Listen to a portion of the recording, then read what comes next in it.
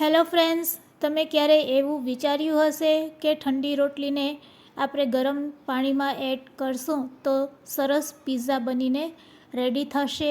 તો એકદમ healthy pizza આજે આપણે બનાવીશું. તો બાળકોના હેલ્થ માટે પણ ખૂબ જ સારો એવો પિઝા આજે બનાવીશું, જે બાળકોને તો ખૂબ જ ભાવશે. તો બધી ટ્રીક અને ટિપ્સ સાથે ચાલો હવે રેસીપી શરૂ કરીશું. રેસીપી સારી લાગે તો લાઈક અને શેર જરૂરથી કરજો. અને જો તમે મારી ચેનલ ઉપર નવા હોય અને મારી ચેનલને હજુ સબસ્ક્રાઈબ ન કરેલ હોય તો સબસ્ક્રાઈબ કરી બાજુનું બેલ બટન દબાવવાનું ભૂલશો નહીં, જેથી કરીને તમને મારા નવા વિડીયોનું નોટિફિકેશન મળતું રહે. તો પિઝા બનાવવા માટે સૌપ્રથમ આપણે ઠંડી 2 રોટલી લેશું. ફક્ત 2 ઠંડી રોટલીમાંથી આપણે પિઝાનો બેઝ બનાવીશું.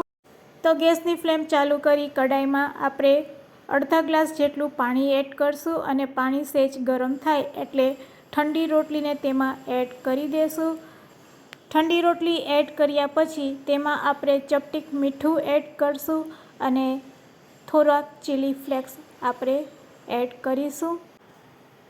હવે રોટલીને આ રીતે આપણે તાવેથાથી ગરમ પાણીમાં મિક્સ કરી લેશું અને તેને સોફ્ટ થાય ત્યાં સુધી આ રીતે પકાવશું. તો અહીંયા આપણી રોટલી સરસ સોફ્ટ થઈ ગઈ છે. તો હવે આપણે ગેસની ફ્લેમ બંધ કરી દઈશું. તો આપણે આ રીતે રોટલીને ગરમ પાણીમાં સોફ્ટ કરી લેશું.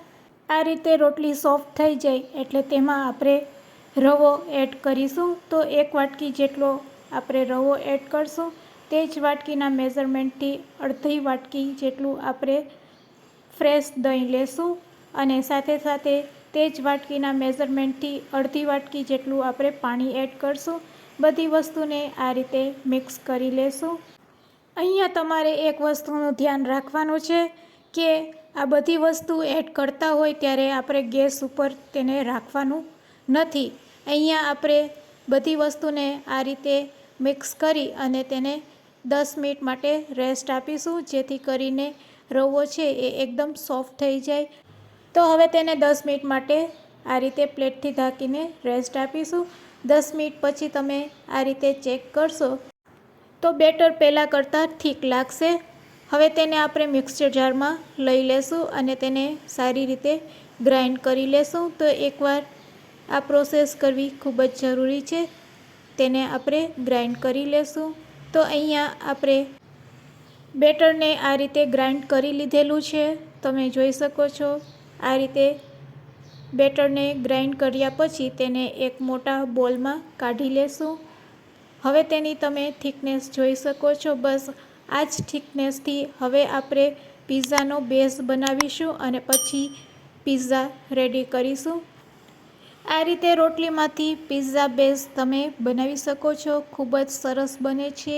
હવે તેમાં આપણે બેકિંગ સોડા અને બેકિંગ પાવડર ચપટીક એડ કરીશું અને થોડુંક તેલ એડ કરી દઈશું અને બધી વસ્તુને આ રીતે મિક્સ કરી લેશું.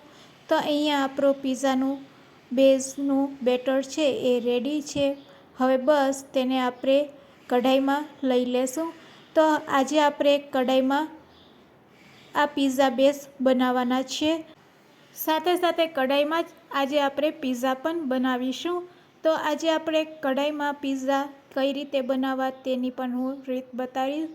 તો પહેલાં આપણે કઢાઈને આ રીતે તેલથી ગ્રીસ કરી લેશું અને રેડી કરેલું પિઝાનું બેઝનું બેટર છે તેને આ રીતે લઈ લેશું અને પછી તેને આ રીતે ચમચીથી સ્પ્રેડ કરી શકો છો.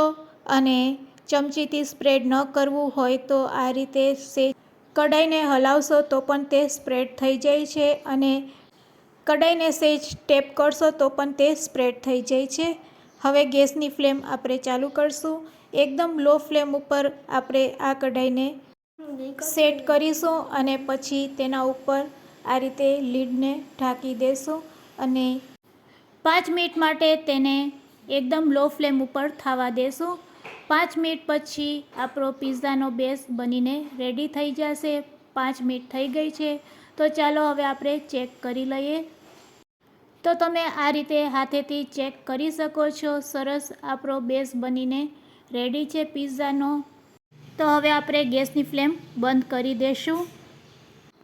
કઢાઈ ઠંડી થાય ત્યાં સુધી પિઝાને આપણે કાઢવાનો નથી. અહીંયા તમારી પાસે જો ફ્લેટ પેન હોય તો તેમાં પિઝા સરસ બને છે, પણ આજે આપણે કઢાઈમાં આ પિઝા બનાવવાનો પ્રયત્ન કરેલો છે. તો કઢાઈમાં પણ આપણે પિઝા બેઝ અને પિઝા બંને તૈયાર કરી શકીએ છીએ. તો અહીંયા આપણો પિઝા બેઝ સરસ રેડી છે. આ રીતે ઠંડો થઈ જાય પછી પિઝાનો બેઝ છે એ સહેલાઈથી કઢાઈમાંથી દૂર થઈ જાય છે. તો આ રીતે પલટાવ્યા પછી તેના ઉપર આપણે ટમેટો કેચઅપ લગાડીશું. અહીંયા તમે શીઝવાન સોસ, શીઝવાન ચટણી કે પછી જે પણ તમારે સોસ લગાડવો હોય તે લગાડી શકો છો. તો અહીંયા ટમેટો સોસ લગાડ્યા પછી હવે આપણે સહેજ આ રીતે ચીઝ સ્પ્રેડ કરીશું. સાથે સાથે ચીઝ સ્પ્રેડ કર્યા પછી પિઝા બનાવવા માટે હવે ઉપરથી કેપ્સિકમ, ટમેટાની સ્લાઈસ અને ડુંગળીની સ્લાઈસને આ રીતે સેટ કરી દેશું.